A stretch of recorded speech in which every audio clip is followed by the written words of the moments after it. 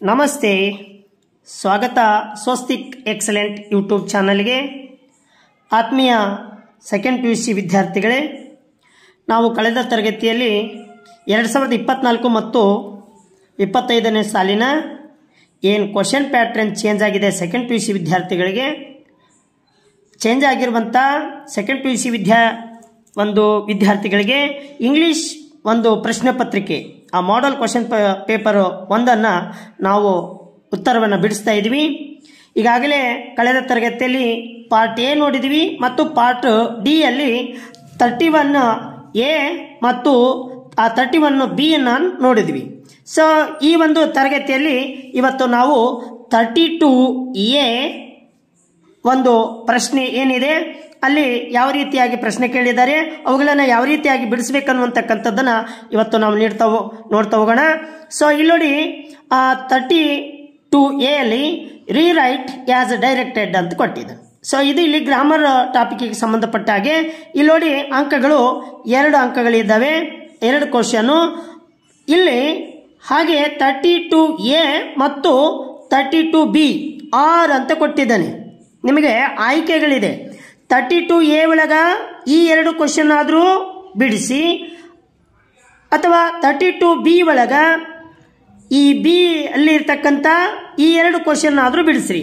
ಒಟ್ಟಿನಲ್ಲಿ ಈ 32 ಕ್ವಶನ್ಗೆ 2 ಅಂಕಗಳಿರ್ತವೆ. ಒಂದು 32A ಆದರೂ ಬಿಡಿಸ್ಬೋದು, 32B ಎರಡರಲ್ಲಿ ಯಾವುದಾದ್ರೂ ಒಂದು ಬಿಡಿಸ್ಬೇಕು ಅನ್ನುವಂತಕ್ಕಂಥ ಒಂದು ಪ್ರಶ್ನೆ ಇರ್ತದೆ. ಸೊ ನಿಮಗೆ ಯಾವುದು ಅತಿ ಸುಲಭವಾಗಿರ್ತಕ್ಕಂಥದ್ದು ಅದನ್ನು ನಾವು ಬಿಡಿಸ್ತಾ ಹೋಗ್ಬೇಕು. ಸೊ ಇಲ್ಲಿ ಏನಾಗುತ್ತೆ, ಯಾವ್ಯಾವ ಪ್ರಶ್ನೆ ಕೇಳಿದ್ದಾನೆ ಅನ್ನುವಂತಕ್ಕಂಥದ್ದನ್ನು ನಾವು ನೋಡ್ತಾ ಹೋದಾಗ ಇಲ್ಲಿ ಒಂದು ರೋಮನ್ ಅಂಕೆಯಲ್ಲಿ ಒಂದು ಕ್ವಶನ್ ಕೊಟ್ಟಿದ್ದಾನೆ. ಅಭಿಜಿತ್ ಸ್ಯಾಂಗ್ ದ ಸಾಂಗ್ ಮೆಲೋಡಿಯಸ್ಲಿ ಅಂತ ಡ್ಯಾಶ್ ಅಂದರೆ ಇದನ್ನ ಏನು ಮಾಡ್ಬೇಕಂದ್ರೆ ಯಾಡ್ ಎ ಕ್ವಶನ್ ಟ್ಯಾಗ್ ಅಂತ ಕೇಳಿದ್ದಾನೆ. ಅಂದರೆ ಇಲ್ಲಿ ಅದನ್ನು ಕ್ವಶನ್ ಟ್ಯಾಗ್ ಮಾಡಬೇಕು. ಸೊ ನಮಗೆ ಬೇಸಿಕ್ ಇಂಗ್ಲೀಷ್ ಒಂದು ನಾಲೆಜ್ ಇತ್ತು, ಗ್ರಾಮರ್ ನಾಲೆಜ್ ಇತ್ತು ಅಂದರೆ ಇದನ್ನು ಭಾಳ ಈಸಿಯಾಗಿ ಬಿಡಿಸ್ಬೋದು. ಅದೇ ರೀತಿಯಾಗಿ ಎರಡನೇ ಮೇನ್ ಕ್ವಶನ್ ಏನು ಕೇಳಿದ್ದಾನೆ, the book is the most astounding invention of man ಅಂತ ಕೇಳಿದ್ದಾನೆ. ಆ ಬ್ರಾಕೆಟ್ ಒಳಗೆ ಏನು ಮಾಡಬೇಕು ಆ ವಾಕ್ಯವನ್ನು ಅಂತ ಕೇಳಿದ್ದಾನೆ. Frame a WH question, WH question to get underline word as answer. ಇಲ್ಲಿ ಅಂಡರ್ಲೈನ್ ಮಾಡಿರ್ತಕ್ಕಂಥ ಈ ಒಂದು ಕೆಳಗೆ ಗೆರೆ ಎಳೆದಿರ್ತಕ್ಕಂಥ ಪದ ಏನಾಗಬೇಕು, ಉತ್ತರವಾಗಿ ಬರಬೇಕು. ಆ ರೀತಿಯಾಗಿ ಪ್ರಶ್ನೆಯನ್ನು ರಚಿಸ್ರಿ ಅಂತ ಕೇಳಿದ್ದಾರೆ. ಸೊ ಇವೆರಡು ಕ್ವಶನ್ ಅನ್ನು ನಾವು ನೋಡೋಣ ಈಗ ಯಾವ ರೀತಿಯಾಗಿ ಬಿಡಿಸ್ಬೇಕು ಅನ್ನುವಂತಕ್ಕಂಥದ್ದು. ಇಲ್ಲಿ ನೋಡಿ ಪಾರ್ಟ್ ಎ ಅಲ್ಲಿ 32A ಅನ್ನ ನಾವು ಈಗ ನೋಡ್ತಾ ಇದೀವಿ. ಈಗ ಓದಿದ್ನೆಲ್ಲ ಅದೇ ಕ್ವಶನು. ಅಭಿಜಿತ್ ಸ್ಯಾಂಗ್ ದ ಸಾಂಗ್ ಮೆಲೋಡಿಯಸ್ಲಿ ಈ ರೀತಿಯಾಗಿ ಕೊಟ್ಟಿದ್ದಾನೆ. ಇದನ್ನು ಯಾಡ್ ಎ ಕ್ವಶನ್ ಟ್ಯಾಗ್ ಮಾಡ್ಬೇಕಂತ ಕೊಟ್ಟಿದ್ದಾನೆ. ಸೊ ನಾವಿಲ್ಲಿ ಉತ್ತರ ಬರಿಬೇಕಾದ್ರೆ ಏನು ಮಾಡಬೇಕು, ಇಲ್ಲಿ ಮೊದಲು ನಮಗೆ ಇದು ಯಾವ ಟೆನ್ಸ್ ಅಲ್ಲಿದೆ ಅನ್ನುವಂತಕ್ಕಂಥದ್ದು ಗೊತ್ತಾಗಬೇಕು. ಆ ಯಾವ ಟೆನ್ಸ್ ಅಲ್ಲಿದೆ ಅಂತ ಗೊತ್ತಾದ್ರೆ ಆ ಕ್ವಶನ್ ಟ್ಯಾಗ್ ಮಾಡಬೇಕಾದ್ರೆ ಒಂದು ನಿಯಮ ಇದೆ. ಆ ಒಂದು ವಾಕ್ಯದಲ್ಲಿ ಬರುವಂತ ಹೆಲ್ಪಿಂಗ್ ವರ್ಬ್ ಅನ್ನು ಮೊದಲು ನಾವು ಅಲ್ಲಿ ಬಳಕೆ ಮಾಡಬೇಕಾಗ್ತದೆ. ಸೊ ಅದೇ ರೀತಿಯಾಗಿ ಅಭಿಜಿತ್ ಸ್ಯಾಂಗ್ ದ ಸಾಂಗ್ ಮೆಲೋಡಿಯಸ್ಲಿ ಆ ವಾಕ್ಯ ನೋಡಿದ ಗುಟ್ಲೆ ನಮಗೆ ಇದು ಈ ಟೆನ್ಸ್ ಅಲ್ಲಿ ಐತೆ ಅಂತ ಗೊತ್ತಾಗ್ಬಿಡುತ್ತೆ. ನೋಡಿ ಇಲ್ಲಿ ನೋ ಹೆಲ್ಪಿಂಗ್ ವರ್ಬ್ V2 ಅಲ್ಲಿ ಇದೆ. ಸೊ ಹೆಲ್ಪಿಂಗ್ ವರ್ಬ್ ಇಲ್ಲ, ವರ್ಬ್ V2 ಅಲ್ಲಿ ಇದೆ ಅಂತಂದ್ರೆ ಅದು ಸಿಂಪಲ್ ಪಾಸ್ಟ್ ಆಗಿರ್ತದ. ಸೊ ಹಾಗಾಗಿ ನಾವೇನ್ ಮಾಡಬೇಕು, ಸಿಂಪಲ್ ಪಾಸ್ಟ್ ಅಂದಾಗ ಇಲ್ಲಿ ಬರ್ತಕ್ಕಂಥ helping verb did. So did helping verb ಆಯ್ತು. ನಂತರ ಕೊಟ್ಟಿರ್ತಕ್ಕಂಥ ಒಂದು ವಾಕ್ಯ ಅಸರ್ಟಿವ್ ಇದೆಯೋ ಅಥವಾ ನೆಗೆಟಿವ್ ಇದೆಯೋ ಅಥವಾ ಪಾಸಿಟಿವ್ ಇದೆಯೋ ನೆಗೆಟಿವ್ ಇದೆಯೋ ಅಂತ ನಾವು ಕನ್ಫರ್ಮ್ ಮಾಡ್ಕೋಬೇಕು. ಕೊಟ್ಟಿರ್ತಕ್ಕಂಥ ವಾಕ್ಯದೊಳಗೆ ಎಲ್ಲೂ ನೋ ಇಲ್ಲ, ನಾಟ್ ಇಲ್ಲ, ನೆವರ್ ಇಲ್ಲ, ನಥಿಂಗ್ ಇಲ್ಲ, ಯಾವುದೇ ರೀತಿಯಾಗಿರ್ತಕ್ಕಂಥ ನೆಗೆಟಿವ್ ಫಾರ್ಮೇಷನ್ ವರ್ಡ್ ಇಲ್ಲ. ಹಾಗಾಗಿ ಇದು ಪಾಸಿಟಿವ್ ಅಲ್ಲಿ ಐತಿ. ಅವ ಏನು ಹೇಳಿದ್ರೆ ಪಾಸಿಟಿವ್ ಇದ್ರೆ ನೆಗೆಟಿವ್ ಮಾಡ್ಬೇಕನ್ನುವಂತಕ್ಕಂಥದ್ದು ಕ್ವಶನ್ ಟ್ಯಾಗಿನ ನಿಯಮ. ಸೊ ಹಾಗಾದ್ರೆ ಪಾಸಿಟಿವ್ ಇದೆ ಅಂದ್ರೆ ಅಸರ್ಟಿವ್ ಇದೆ, ನಾವು ನೆಗೆಟಿವ್ ಮಾಡಬೇಕಾದ್ರೆ ಏನು ಮಾಡಬೇಕು, ಇಲ್ಲಿ ನೆಗೆಟಿವ್ ಫಾರ್ಮೇಷನ್ ಬಳಸಬೇಕು. So didn't. ನಂತರ ಇಲ್ಲಿ ಹೆಲ್ಪಿಂಗ್ ವರ್ಬ್ ಆಯಿತು, ಪಾಸಿಟಿವ್ ಇದ್ದಿದ್ದು ನೆಗೆಟಿವ್ ಮಾಡ್ಕೊಂಡ್ವಿ. ಆನಂತರ ಹಿಂದೆ ಇಲ್ಲಿ ನೌನ್ ಇದೆಯಲ್ಲ, ಆ ನೌನನ್ನು ನಾವು ಅದರ ಪ್ರನೌನನ್ನು ಬಳಕೆ ಮಾಡಬೇಕು. ಈಗ ಅಭಿಜಿತ್ ಅನ್ನುವಂತಕ್ಕಂಥ ಒಬ್ಬ ಗಂಡು ಹುಡುಗ ಆಗಿರ್ಬೋದು, ಹುಡುಗ ಆಗಿರೋದ್ರಿಂದ ಅಲ್ಲಿ ನಾವು ಅವನು ಅಂತ ಬಳಸ್ತೀವಿ. ಸೊ ಅವನು ಅಂತ ಅನ್ನೋದಕ್ಕೆ ಇಂಗ್ಲಿಷ್ನೊಳಗ ಹಿ ಅಂತಕ್ಕಂಥ ಪ್ರನೌನ್ ಬರುತ್ತೆ. So he pronoun. ನಂತರ ಕ್ವಶನ್ ಮಾರ್ಕ್ ಹಾಕೋದನ್ನು ಮರಿಬಾರ್ದು. ಸೊ ಡಿಡಂಟ್ ಹಿ, ಈ ರೀತಿಯಾಗಿ ಮಾಡಬೇಕು. ಇದು ಬೇಸಿಕ್ ಒಂದು ರೂಲ್, ಯಾವುದು ಕ್ವಶನ್ ಟ್ಯಾಗಿನ ನಿಯಮ. ನಂತರದ ಒಂದು ಕ್ವಶನ್ ಏನು ಕೇಳಿದ್ದಾನೆ, the book is the most astonishing invention of man ಅಂತ ಕೇಳಿ. Frame a WH question. ಅಂದರೆ WH ಕ್ವಶನ್ ಮಾಡಬೇಕಾದ್ರೆ WH ಕ್ವಶನ್ ನಿಯಮ, ಆ ವಾಕ್ಯ ಆ ವಾಕ್ಯದಲ್ಲಿ ಯಾವ ಒಂದು ಶಬ್ದಕ್ಕೆ ಅಂಡರ್ಲೈನ್ ಮಾಡಿದ್ದಾನೆ, ನಾವು ಏನು ಪ್ರಶ್ನೆ ಮಾಡಬೇಕು ಅನ್ನುವಂತಕ್ಕಂಥದ್ದನ್ನು ಮೊದಲು ಅರ್ಥ ಮಾಡ್ಕೋಬೇಕು. ಇಲ್ಲಿ the book is the most astonishing invention of man, ಈ ಮಾನವನ ಅತ್ಯದ್ಭುತವಾಗಿರ್ತಕ್ಕಂಥ ಒಂದು ಅನ್ವೇಷಣೆ ಅಂದರೆ ಪುಸ್ತಕ ಅಂತ. ಈಗ ನಾವು ಯಾವುದು ಅಂತ ಕೇಳಬೇಕು. ಯಾವುದು ಮಾನವನ ಅದ್ಭುತವಾಗಿರ್ತಕ್ಕಂಥ ಅನ್ವೇಷಣೆ ಯಾವುದು ಅನ್ನೋದಕ್ಕೆ ಇಲ್ಲಿ ನಾವು ಯಾವ ಒಂದು ಪ್ರಶ್ನಾರ್ಥಕ ಶಬ್ದ ಬಳಸ್ತೀವಿ ಅನ್ನುವಂತಕ್ಕಂಥದ್ದು ಬಹಳ ಮುಖ್ಯ ಆಗ್ತದೆ. ಸೊ ಹಾಗಾಗಿ ಈಗ ನೋಡ್ರಿ, ಈ ಆನ್ಸರ್ ಅನ್ನು ನೋಡುವುದಾದ್ರೆ ಯಾವುದು ಅನ್ನೋದಕ್ಕೆ ವಿಚ್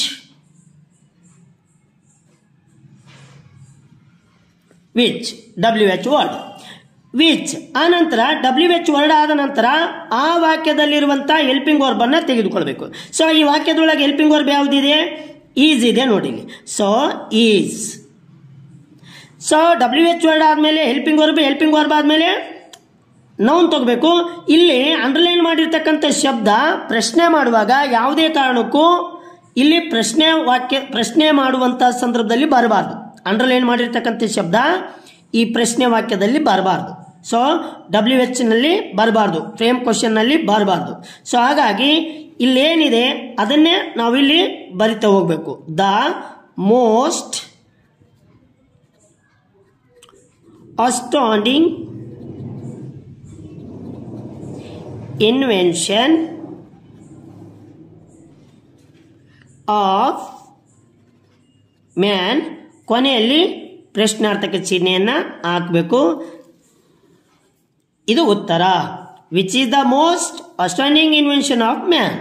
ಸೊ ಹೀಗೆ ನಮಗೆ ಆ ಬೇಸಿಕ್ ರೂಲ್ ಗೊತ್ತಿತ್ತು, ಆ ಬೇಸಿಕ್ ನಾಲೆಜ್ ಇತ್ತಂದ್ರೆ ನಾವು ಈಸಿಯಾಗಿ ಇಲ್ಲಿ ಇದನ್ನ ಬರಿಬಹುದು. ಇದು ಟೋಟಲಿ 2 ಅಂಕ. ಸೊ ಪಾರ್ಟ್ ಡಿ ಅಲ್ಲಿ 32A ಆದರೂ ಆನ್ಸರ್ ಮಾಡ್ರಿ 2 ಮಾರ್ಕ್ಸು, ಇಲ್ಲ 32B ಆದರೂ ಆನ್ಸರ್ ಮಾಡ್ರಿ 2 ಮಾರ್ಕ್ಸು. ನೀವು ಎರಡೂ ಮಾಡಿದ್ರೆ ಟೈಮ್ ವೇಸ್ಟ್ ಆಗುತ್ತೆ. ಬರೋದು ಒಂದಕ್ಕೆ ಯಾವುದು ಸರಿಯಾಗಿರ್ತೈತೆ ಆನ್ಸರು, ಯಾವುದು ನೀವು 2 ಅಂಕ ಮಾತ್ರ ಅಲ್ಲಿ ಬರ್ತದ. ಸೊ ಬಹಳ ಹುಷಾರಿಂದ ವಿದ್ಯಾರ್ಥಿಗಳು ಆನ್ಸರನ್ನು ಕ್ವಶನ್ ಅನ್ನು ಸರಿಯಾಗಿ ಅರ್ಥ ಮಾಡಿಕೊಂಡು ಯಾವುದು ನಾನು ಕಾನ್ಫಿಡೆಂಟ್ ಇದೆ ಉತ್ತರಿಸೋದಕ್ಕೆ ಅದನ್ನು ನೀವು ಪ್ರಯತ್ನವನ್ನು ಮಾಡ್ರಿ. ಎರಡನ್ನೂ ಬರೆಯೋದು ಸುಮ್ಮನೆ ಸಮಯ ವ್ಯರ್ಥ. ಸೊ ಅದೇ ರೀತಿಯಾಗಿ ನೋಡ್ರಿ, 32A ಆಯಿತು. 32B ಏನು ಕೇಳಿದಾನೆ question, rectify the errors in the following sentences and rewrite them ಅಂತ ಕೇಳಿದ್ದೇನೆ. ಹೌದಾ? ರೆಕ್ಟಿಫೈ ಅಂದರೆ ಸರಿಪಡಿಸಿ, ದ ಎರರ್ಸ್ ಸರಿಪಡಿಸಿ, ಹೌದಾ, ಅದನ್ನ ಸರಿ ಹೊಂದಿಸಿ, ಸರಿ ಮಾಡಿ.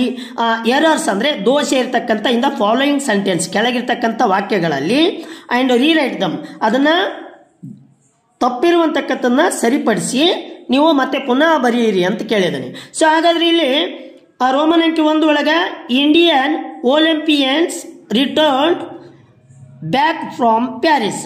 ಈ ವಾಕ್ಯದೊಳಗ ಒಂದು ಆರ್ಟಿಕಲ್ ಆದರೂ ತಪ್ಪಿರುತ್ತೆ, ಇಲ್ಲ ಪ್ರಿಪೋಸಿಷನ್ ಆದರೂ ತಪ್ಪಿರುತ್ತೆ, ಇಲ್ಲ ಕಂಜಕ್ಷನ್ ಆದರೂ ತಪ್ಪಿರುತ್ತೆ, ಇಲ್ಲ ಭಾವಾರ್ಥಕ ಚಿಹ್ನೆ ಆದರೂ ತಪ್ಪಿರುತ್ತೆ, ಇಲ್ಲ ಕ್ವಶನ್ ಮಾರ್ಕ್ ಆದರೂ ಚಿಹ್ನೆ ತಪ್ಪಿರುತ್ತೆ, ಅಥವಾ ಅಡ್ವರ್ಬ್ ಆದರೂ ತಪ್ಪಿರುತ್ತೆ, ಅಡ್ಜೆಕ್ಟಿವ್ ಆದರೂ ತಪ್ಪಿರುತ್ತೆ, ಎಕ್ಸ್ಕ್ಲಮೇಟರಿ ಮಾರ್ಕ್ ಅನ್ನು ಕೂಡ ಅಲ್ಲಿ ತಪ್ಪು ಮಾಡಿರ್ಬೋದು.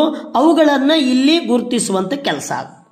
ಸರಿಯಾಗಿ ವಾಕ್ಯ ಓದಿದೆ ಆದ್ರೆ ಅಲ್ಲಿ ಏನು ತಪ್ಪಿದೆ ಅಂತ ಗೊತ್ತಾಗುತ್ತೆ. ನೋಡಿ, ಇಲ್ಲಿ Indian olympians return back from Paris. ನೋಡ್ರಿ, ರಿಟರ್ನ್ ಅಂದ್ರು ಹಿಂತಿರುಗಿ ಅಂತ, ಬ್ಯಾಕ್ ಅಂದ್ರು ಹಿಂತಿರುಗಿ ಅಂತ. ಸೊ ಎರಡೂ ಒಂದೇ ಆಗ್ತದೆ. ಆದರೆ ಇಲ್ಲಿ ಸರಿಯಾದ ಕ್ರಮ ಯಾವುದು? ನಾವು ಓದುವ ಕ್ರಮ ಮತ್ತು ಅದನ್ನ ಅರ್ಥೈಸಿಕೊಳ್ಳುವಂಥ ಕ್ರಮ ಮತ್ತು ವಾಕ್ಯವನ್ನು ರಚನೆ ಮಾಡುವಂಥ ಸರಿಯಾದ ವಿಧಾನ ಯಾವುದು ಅಂತಂದು ನಮಗೆ ಗೊತ್ತಿತ್ತು ಅಂತಂದರೆ ನಾವಲ್ಲಿ ಏನು ಮಾಡ್ತೀವಿ, ಇದು ಸರಿಯಾಗಿರ್ತಕ್ಕಂಥದ್ದು ಯಾವುದಿದೆ ಅದನ್ನು ಬರೆದು ತಪ್ಪಾಗಿರುವಂತಕ್ಕಂಥದ್ದನ್ನು ನಾವೇನು ಮಾಡ್ತೀವಿ, ಇಲ್ಲಿ ನೋಡ್ರಿ, Indian olympians return back from Paris. ನೋಡಿ, ರಿಟರ್ನ್ ಅಂದ್ರೂ ಕೂಡ ಅಷ್ಟೇ, ಬ್ಯಾಕ್ ಅಂದ್ರೂ ಅಷ್ಟೇ. ಹಾಗಾಗಿ ಇಲ್ಲಿ ಬ್ಯಾಕ್ ಅನ್ನುವಂತಕ್ಕಂಥದ್ದು ತಪ್ಪಿದೆ. ಅದನ್ನು ನೀವು ಏನು ಮಾಡ್ರಿ, ಪುನಃ ಬರೆಯಿರಿ ಅಂತಂದಿದ್ದಾನೆ. ಸೊ ಈಗ ನಾವೇನು ಮಾಡೋಣ, ಇಲ್ಲಿ ಪುನಃ ಬರೆಯುವುದಾದ್ರೆ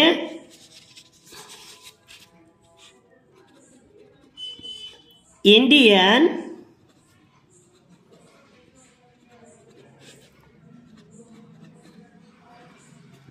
ಒಲಿಂಪಿಯನ್ಸ್ ರಿಟರ್ನ್ ಬ್ಯಾಕ್ ಬಿಟ್ಬಿಡಬೇಕು.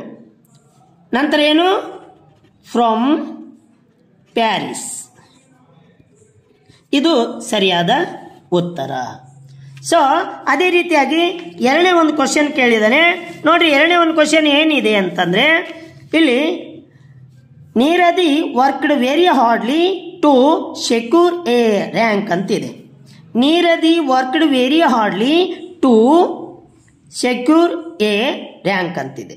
ಸೊ ಈಗ ಇಲ್ಲಿ ತಪ್ಪಿರುವಂತಕ್ಕಂಥದ್ದು ಯಾವುದನ್ನು ಅನ್ನುವಂತಕ್ಕಂಥದ್ದು ನಾನು ಆಗಲೇ ಹೇಳಿದೆ ನಿಮಗೆ. ಒಂದು ಆರ್ಟಿಕಲ್ಲು, ಇಲ್ಲ ಪ್ರಿಪೋಸಿಷನ್ನು, ಕಂಜಕ್ಷನ್ನು, ಎಕ್ಸ್ಕ್ಲಮೇಟರಿ ಮಾರ್ಕೋ, ಕ್ವಶನ್ ಮಾರ್ಕೋ ಅಥವಾ ಎಡ್ವರ್ಬೋ, ಅಡ್ಜೆಕ್ಟಿವೋ ಯಾವುದಾದ್ರೂ ಒಂದು ಅಲ್ಲಿ ತಪ್ಪಿರುತ್ತೆ. ಅದನ್ನು ಸರಿಯಾದ ಕ್ರಮದಲ್ಲಿ ಓದಿ ಅರ್ಥೈಸ್ಕೊಂಡು ವಾಕ್ಯ ಹೀಗೆ ಇರಬೇಕು ಅನ್ನುವಂತಕ್ಕಂಥದ್ದು ನಿಮಗೆ ಬೇಸಿಕ್ ಗೊತ್ತಿತ್ತು ಅಂತಂದರೆ ನೀವು ಆರಾಮಾಗಿ ಅಲ್ಲಿ ಅದನ್ನು ಗುರುತಿಸಿ ಬರೆಯಬಹುದು. So Nirad worked very hardly to secure ಅನ್ನುವಂಥದ್ರಲ್ಲಿ ಇಲ್ಲಿ ವೆರಿ ಅನ್ನುವಂತಕ್ಕಂಥದ್ದು ಇಲ್ಲಿ ಬಳಕೆ ಅನುಪಯುಕ್ತ, ಅಂದರೆ ಅಲ್ಲಿ ನೆಸೆಸರಿ ಇಲ್ಲ. ಸೊ ಹಾಗಾಗಿ ನಾವೇನು ಮಾಡಬೇಕೀಗ, ಅದನ್ನು ತೆಗೆದುಹಾಕಿ ಸರಿಯಾದ ಕ್ರಮದಲ್ಲಿ ಬರಿಬೇಕು. ನೋಡಿ, ಇಲ್ಲಿ ಆನ್ಸರ್ ಅಂತ ಬರೆಯೋದು ನೀರದಿ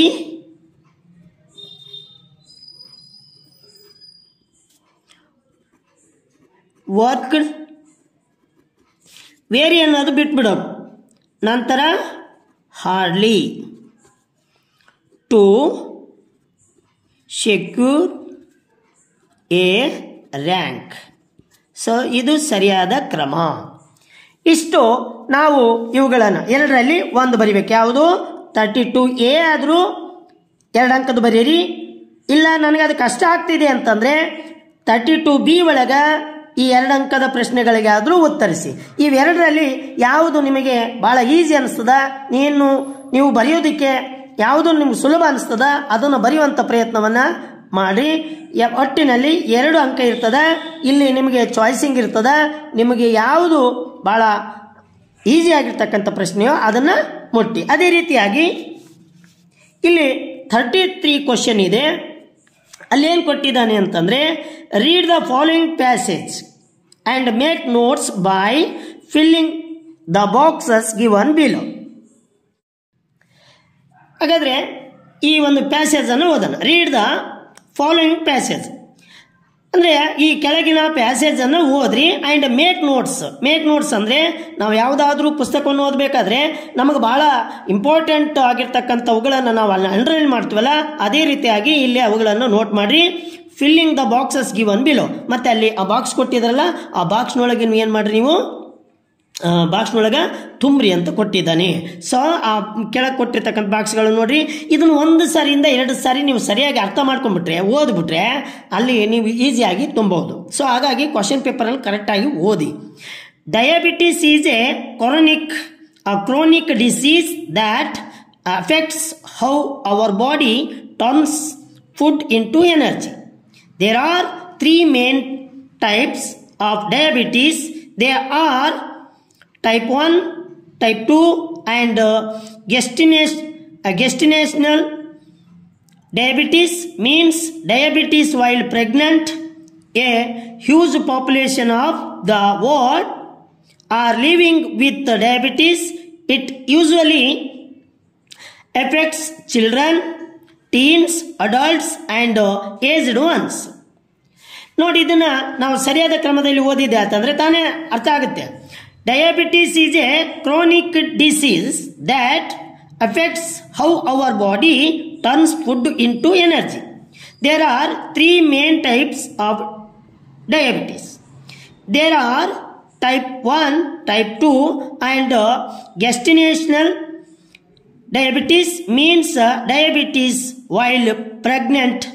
A huge population of the world are living with diabetes. It usually affects children, teens, adults and aged ones. ಇಲ್ಲಿ ನಾವು ಈಗಿನ ಸರಿಯಾದ ಒಂದು ಕ್ರಮದಲ್ಲಿ ತುಂಬುವುದಾದ್ರೆ, ಈ ಬಾಕ್ಸ್ ಅಲ್ಲಿ ತುಂಬುವುದಾದ್ರೆ ಡಯಾಬಿಟಿಸ್ ಈಸ್ ಎ ಒಂದು, ಹೌದಾ? ಡಯಾಬಿಟಿಸ್ ಈಸ್ ಎ ಏನದು? ಈ chronic disease, a chronic disease. ಹಾಗಾದ್ರೆ ಸರಿಯಾದ ಉತ್ತರ ಒಂದನೇದು ಎ ಕ್ರೋನಿಕ್ ಡಿಸೀಸ್. ನೋಡಿಲಿ, a chronic disease, a chronic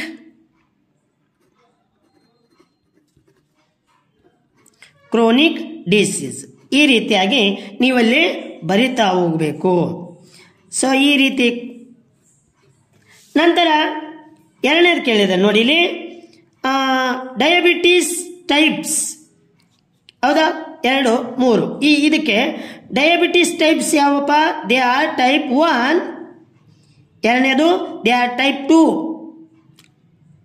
ಇಲ್ಲಿ ಎರಡನೇದಾಗಿ ಟೈಪ್ 1, ಮೂರನೇದಾಗಿ ಟೈಪ್ 2. ಅದೇ ರೀತಿಯಾಗಿ diabetes dash gestational diabetes means. ಇದ್ರಲ್ಲಿ 4ನೇದು ನೋಡ್ರಿ, ಅದ್ರ ಮೀನ್ಸ್ ಕೇಳಿದ್ದಾನೆ ಇಲ್ಲಿ ನಾವು ಓದಿದಾಗ. ಸೊ ಡಯಾಬಿಟಿಸ್ ಮೀನ್ಸ್, ಹೌದಾ? ಡಯಾಬಿಟಿಸ್ ವೈಲ್ ಪ್ರೆಗ್ನೆಂಟ್, ಸೊ ಈ ರೀತಿಯಾಗಿ ಇಲ್ಲಿ ನಾವು 2 ಅಂಕಗಳನ್ನು ಈಸಿಯಾಗಿ ಪಡೆದುಕೊಳ್ಳಬಹುದು. ಸೊ ಆತ್ಮೀಯ ವಿದ್ಯಾರ್ಥಿಗಳೇ, ಇದು ಬಂದಾಗ ಮಾತ್ರ ನೀವೇನು ಮಾಡಬೇಕು? 1-2 ಬಾರಿ ಸರಿಯಾದ ಕ್ರಮದಲ್ಲಿ ಓದಿ ಅರ್ಥೈಸ್ಕೊಂಡಿದ್ದಾದ್ರೆ ಇಲ್ಲಿ ನಿಮಗೆ 2 ಅಂಕಗಳು ಸಿಗ್ತವೆ. ಒಂದೊಂದಕ್ಕೆ ಹಾಫ್ ಮಾರ್ಕ್ಸ್ ಇರ್ತದೆ, ಒಂದೊಂದಕ್ಕೆ ಹಾಫ್ ಮಾರ್ಕ್ಸು. ಇಲ್ಲಿ 1ನೇದು ಬರೆದ್ರೆ ಹಾಫ್ ಮಾರ್ಕ್ಸು, 2 ಬರೆದ್ರೆ ಹಾಫ್ ಮಾರ್ಕ್ಸ್, 3 ಬರೆದ್ರೆ ಹಾಫ್ ಮಾರ್ಕ್ಸು, 4 ಬರೆದು ಯಾವುದಾದ್ರು ಒಂದಕ್ಕೆ ಹಾಫ್ ಮಾರ್ಕ್ಸು, 4 ಸೇರಿ 2 ಅಂಕಕ್ಕೆ ಇರುತ್ತೆ. ಸೊ ಸರಿಯಾದ ರೀತಿಯಲ್ಲಿ ನೀವು ಇದನ್ನು ಓದಿ ಅರ್ಥೈಸ್ಕೊಂಡು ಇಲ್ಲಿ ತುಂಬಿದರೆ ನಿಮಗೆ 2 ಅಂಕಗಳು ಲಭಿಸ್ತವೆ. ಬಹಳ ಈಸಿ ಆಗಿರ್ತಕ್ಕಂಥ ಪ್ರಶ್ನೆ ಇದಾಗಿದೆ. ಸ್ವಲ್ಪ ಅವಸರ ಪಡದೆ ನಿಧಾನಗತಿಯಲ್ಲಿ ನೀವು ಅದನ್ನು ಓದಿ ಅರ್ಥೈಸ್ಕೊಂಡಿದ್ದೆ ಆದರೆ ಈಸಿಯಾಗಿ 2 ಅಂಕಗಳನ್ನು ನೀವು ಪಡೆದುಕೊಳ್ಳಬಹುದು.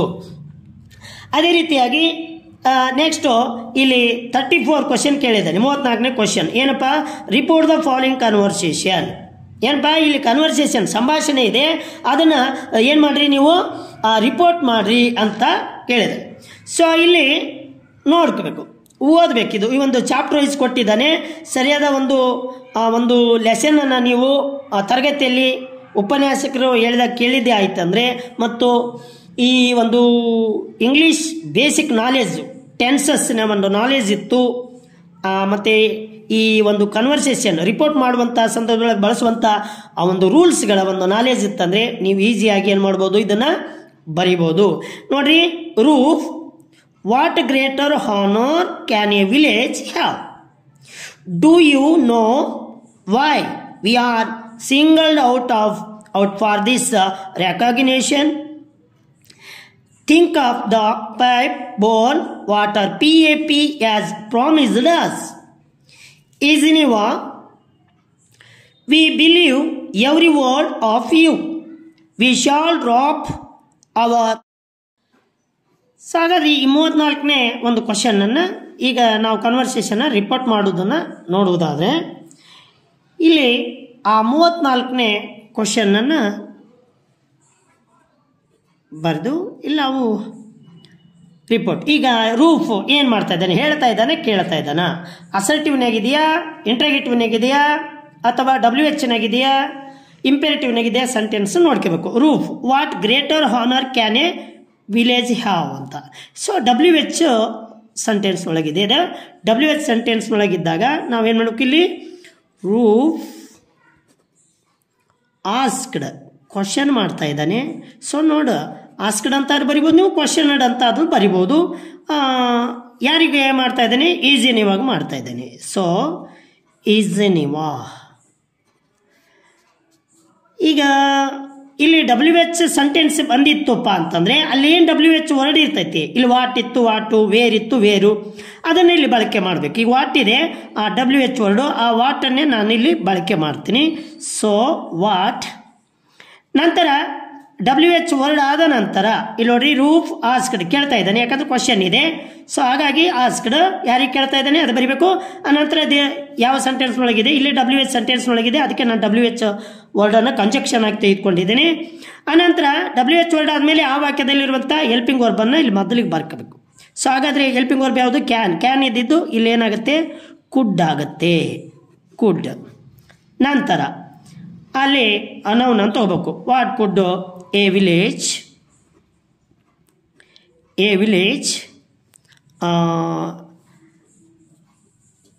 What could a village had, have ಇದ್ದಿದ್ದು had main verb, had greater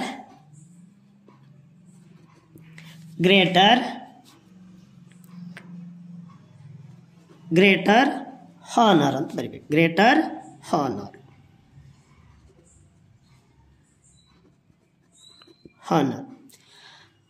so ನಂತರ ಹಾಗೆ ರಿಪೋರ್ಟ್ ಮಾಡಬೇಕು. ಇಲ್ಲಿ ಜಾಗಿಲ್ಲ, ನಾನು ಹಿಂಗೆ ಇಲ್ಲೇ ಬರಿತಾ ಇದ್ದೀನಿ ನೋಡಿ.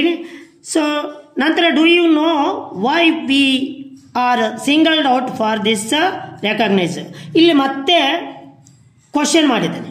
ಸೊ ನಾವಿಲ್ಲಿ ರೂಫು ಏನು ಮಾಡಿದ್ದೇನೆ, ಮತ್ತೆ ಕ್ವಶನ್ ಮಾಡಿದ್ದೇನೆ, ಅಲ್ಲಿ ಕೇಳಿದಲ್ಲದೆ ಮತ್ತೆ ಇಲ್ಲಿ ಕೂಡ ಪ್ರಶ್ನೆ ಮಾಡ್ತಾ ಇದ್ದೇನೆ. ಸೊ ಹಾಗಾಗಿ and again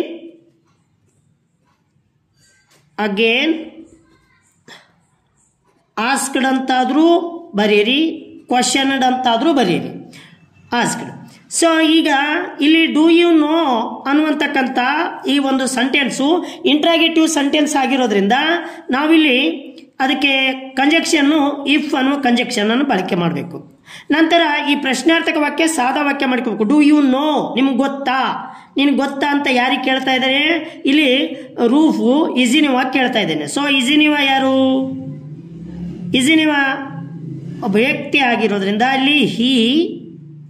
next no, do you know simple present ಇರೋದ್ರಿಂದ ಸಿಂಪಲ್ ಪಾಸ್ಟ್ ಆಗಿ ಪರಿವರ್ತಿಸಬೇಕು. ನೋ ಇದ್ದಿದ್ದು ನ್ಯೂ ಆಗುತ್ತೆ, ನೋ ಇದ್ದಿದ್ದು ನ್ಯೂ. ನೆಕ್ಸ್ಟು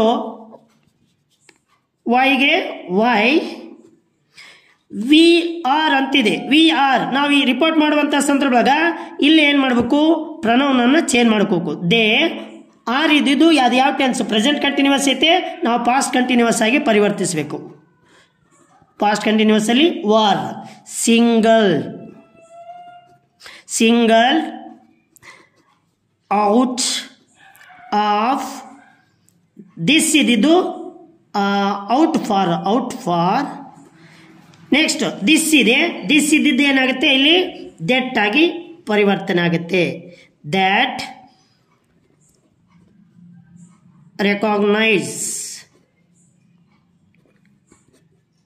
ರೆಕಾಗ್ನಿಷನ್ ಆಯ್ತು. ಸೊ ನಂತರ ಇಲ್ಲಿ ನೋಡಿ ನೆಕ್ಸ್ಟ್ ಹಾಗೆ ಸುಮ್ಮನೆ ಇರಲಿಲ್ಲವ. Think of the pipe borne water PAP as promised, ಮತ್ತೆ ಅವ್ರ ಜೊತೆ ಮಾತಾಡ್ತಾ ಇದ್ದಾನೆ. ಸೊ ಹಾಗಾಗಿ ಆ್ಯಂಡ್ ಯಾರು, ಈ ರೂಫೆ, ಆ್ಯಂಡ್ ಅಗೇನ್ ಟೋಲ್ಡ್. ಸಾದಾ ವಾಕ್ಯ ಇರೋದ್ರಿಂದ ಟೋಲ್ಡ್ ಅಂತ ಬಳಕೆ ಮಾಡ್ತೀವಿ. ಸೊ ಸಾದಾ ವಾಕ್ಯ ಇದ್ದಾಗ ದಟ್ ಅನ್ನೋ ಕಂಜಕ್ಷನ್ನು, WH ಇದ್ದಾಗ WH, ಇಂಟ್ರಾಗೇಟಿವ್ ಇದ್ದಾಗ ಇಫ್ ಆರ್ ವೆದರ್ ಕಂಜಕ್ಷನ್ ಬಳಕೆ ಮಾಡ್ತೀವಿ. ಇಲ್ಲಿ ಸಾದಾ ವಾಕ್ಯ ಇದ್ದಾಗ ದಟ್ ಕಂಜಕ್ಷನ್ನು. ಥಿಂಕಿಗೆ think of the pipe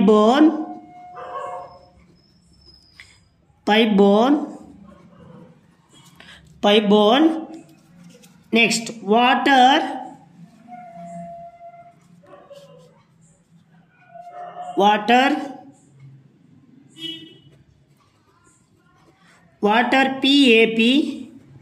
PAP has ಇದ್ದಿದ್ದು had promised ಅಸ್ ಇದ್ದಿದ್ದು ದೆಮ್ ಅಂತ ಆಗುತ್ತೆ, ಅಸ್ ಇದ್ದಿದ್ದು ಇಲ್ಲಿ ದೆಮ್ ಅಂತ ಆಗುತ್ತೆ. ನಂತರ ಈಜಿನಿವ ಏನು ಮಾಡ್ತಾನೆ ನೋಡ್ರಿ ಈಜಿನಿವ. ಸೊ ಅವನು ಕೇಳಿದಕ್ಕೆ ಈತ ಪ್ರಶ್ನೆಗೆ ಉತ್ತರಿಸ್ತಾನೆ. ಯಾರೇ ಈ ಈಜಿನಿವ. ಸೊ ಹಾಗಾಗಿ ಉತ್ತರಿಸ್ತಾನೆ ಅನ್ನೋದಕ್ಕೆ ರಿಪ್ಲೈಡ್ ಅಂತ ಬಳಕೆ ಮಾಡ್ತೀವಿ ನಾವು, ಅಥವಾ ಆನ್ಸರ್ಡ್ ಅಂತಾದರೂ ಬಳಕೆ ಮಾಡ್ರಿ. ರಿಪ್ಲೈಡ್ ಯಾರಿಗೆ? ರೂಫನಿಗೆ. ಯಾರಿಗೆ? ರೂಫನಿಗೆ. ಸೊ ಸಾದಾ ವಾಕ್ಯ ಇರೋದ್ರಿಂದ ದಟ್ ಕಂಜಕ್ಷನ್ ಬಳಕೆ ಮಾಡ್ತೀವಿ. ನಂತರ ವಿ ಅಂತಿದೆ ನೋಡ್ರಿ, ನಾವು. ಸೊ ಇಲ್ಲಿ ಏನು ಮಾಡ್ದೆ? ದೇ ಆಗಿ ಪರಿವರ್ತನೆ ಆಗ್ತೈತೆ. ಸೊ ಸಿಂಪಲ್ ಪ್ರೆಸೆಂಟ್ನಲ್ಲಿ ಇರುವುದರಿಂದ ಸಿಂಪಲ್ ಪಾಸ್ಟ್ ಆಗಿ ಬಿಲೀವ್ ಇದ್ದಿದ್ದು ಬಿಲೀವ್ಡ್, ಬಿಲೀವ್ ಇದ್ದಿದ್ದು ಬಿಲೀವ್ಡ್ ಆಗ್ತದ. Verb every word of you, ಪ್ರತಿಯೊಂದು ಮಾತು. ಹಾಗಾದ್ರೆ ಯಾರು? ರೂಫ್ ಹೌದಿಲ್ಲ, ನೀನು ಅಂತಂದು ರೂಫ್ ಮಾತಾಡಿದ್ದು ಅವನಿಗೆ ಹೇಳ್ತಾ ಇದ್ದಾನೆ. ಸೊ ಹಾಗಾಗಿ ಹಿಮ್ ಆಗುತ್ತೆ. ಆ್ಯಂಡ್ ಮತ್ತೆ ನೋಡ್ರಿ ವಾಕ್ಯ ಕಂಟಿನ್ಯೂ ಮಾಡಿದ್ದಾನೆ. ಆ್ಯಂಡ್ ಕಂಟಿನ್ಯೂ ಅಥವಾ ಫರ್ದರ್ ಅಂತ ಬರಿಬೋದು. ಕಂಟಿನ್ಯೂ ಅಂತಾದ್ರೂ ಬರೀರಿ, ಆ್ಯಂಡ್ ಫರ್ದರ್ ಅಂತಾದ್ರೂ ಬರೀ. And told again, and again told ಅಥವಾ ಟೋಲ್ಡ್ ಅಗೇನ್. ಟೋಲ್ಡ್ ಅಗೇನ್ ಸಾದಾ ವಾಕ್ಯ ಇರೋದ್ರಿಂದ ದಟ್ ಕಂಜಕ್ಷನ್ ಬಳಕೆ ಮಾಡ್ತೀವಿ. ಮತ್ತೆ we change in to they ಆಗಿ ಪರಿವರ್ತನೆ ಆಗ್ತದ. ಸೊ ಇಲ್ಲಿ ಶಾಲ್ ಇದೆ ನೋಡ್ರಿ, ಫ್ಯೂಚರ್ನಲ್ಲಿ ಇರೋದ್ರಿಂದ ಶಾಲ್ ಇದ್ದಿದ್ದು ಇಲ್ಲಿ ಏನು ಮಾಡ್ತದೆ? ದೇ ಮುಂದೆ ನಾವು ವಿಲ್ ವುಡ್ ಆಗಿ ಪರಿವರ್ತನೆ ಆಗ್ತದೆ. ಸೊ ವುಡ್ ಡ್ರಾಪ್ ಅವರ್ ಅಂತಂದ್ರೆ ಇಲ್ಲಿ ದೇಯರ್ ಆಗಿ ಪರಿವರ್ತನೆ ಆಗ್ತದೆ. ಪೇಪರ್ಗೆ ಪೇಪರ್, ಫಾರ್ಗೆ ಫಾರ್, ಮಾರ್ಕಸ್ಗೆ ಮಾರ್ಕಸ್. ಸೊ ಇಷ್ಟು ಬರೆದ್ರೆ ನಿಮಗೆ 5 ಅಂಕಗಳು ಇಲ್ಲಿ ಬರ್ತವೆ. ಇದು ಬಹಳ ಒಂದು ಕಷ್ಟದ ಒಂದು ಪ್ರಶ್ನೆ. ಸೊ ಹಾಗಾಗಿ ನಿಮಗೆ ಏನು ಮೊದಲು ಸೆಂಟೆನ್ಸ್ ಫಾರ್ಮೇಷನ್ ಗೊತ್ತಿರಬೇಕು ವಿದ್ಯಾರ್ಥಿಗಳೇ. ಅದ್ರ ಜೊತೆಗೆ ಆ ಒಂದು ಯಾವ ಟೆನ್ಸಲ್ಲಿದೆ ಮತ್ತು ಯಾವ ಸೆಂಟೆನ್ಸಿಂದ ಯಾವ ಟೆನ್ಸಿಗೆ ನಾವು ಸೆಂಟೆನ್ಸಿಗೆ ಚೇಂಜ್ ಮಾಡಬೇಕು, ಆ ಒಂದು ಟೆನ್ಸಿಗೆ ಬದಲಾವಣೆ ಆಗಬೇಕು, ಯಾವ ಪ್ರನೌನು ಎಲ್ಲಿ ಬಳಕೆ ಮಾಡಬೇಕು ಅನ್ನುವಂತಕ್ಕಂಥ ಮಾಹಿತಿ ಇರಲೇಬೇಕು. ಇಷ್ಟು ಒಂದು ಈ question paper, model question paper ಒಂದು ಅಲ್ಲಿ ಪಾರ್ಟ್ ಡಿ ಅಲ್ಲಿ ಬರ್ತಕ್ಕಂಥ ಉತ್ತರಗಳು. ಇನ್ನು 35 ಮತ್ತು 36 ಮತ್ತು ಇಲ್ಲಿ 35 ಮತ್ತು 36 ಕ್ವಶನ್ ಇದಾವೆ. ಇಲ್ಲಿ ಕೂಡ ಕೆಲವೊಂದಿಷ್ಟು ಆಪ್ಷನ್ಗಳನ್ನು ಕೊಟ್ಟಿದ್ದಾನೆ. ಇಲ್ಲಿ ಲೆಟರ್ ಬರೆಯುವಂಥದ್ದು ಅಥವಾ ಸ್ಪೀಚ್ ಬರೆಯುವಂತಕ್ಕಂಥದ್ದು. ಸೊ ಇದು ಬಹಳ ಈಸಿ. ಅನಂತರ 35 ಕ್ವಶನ್ ಏನಿದೆ ಡೈಲಾಗ್ ಕೊಟ್ಟಿರ್ತಾನೆ. ಸೊ ನಿಮಗೆ ಆ ಬೇಸಿಕ್ ಇಂಗ್ಲಿಷ್ ನಾಲೆಜು, ಸ್ಪೀಕಿಂಗ್ ಹೌದಾ, ಆ ಒಂದು ಇಂಗ್ಲಿಷನ್ನು ಮಾತಾಡುವಂತಕ್ಕಂಥ ಸರಿಯಾದ ಕ್ರಮ ಗೊತ್ತಿದ್ರೆ ಇದನ್ನು ಈಸಿಯಾಗಿ ತುಂಬಬಹುದು. ಇಲ್ಲಿ 3 ಅಂಕಗಳು ನಿಮಗೆ ಲಭಿಸ್ತವೆ. ಸೊ ಇದೇ ರೀತಿಯಾಗಿ ಮುಂದಿನ ಒಂದು ತರಗತಿಯಲ್ಲಿ ಇನ್ನು ಬೇರೆ ಮಾಡೆಲ್ ಕ್ವಶನ್ ಪೇಪರ್ ಅನ್ನ ಬಿಡಿಸುವಂತ ಪ್ರಯತ್ನವನ್ನ ಮಾಡೋಣ. ಧನ್ಯವಾದಗಳು.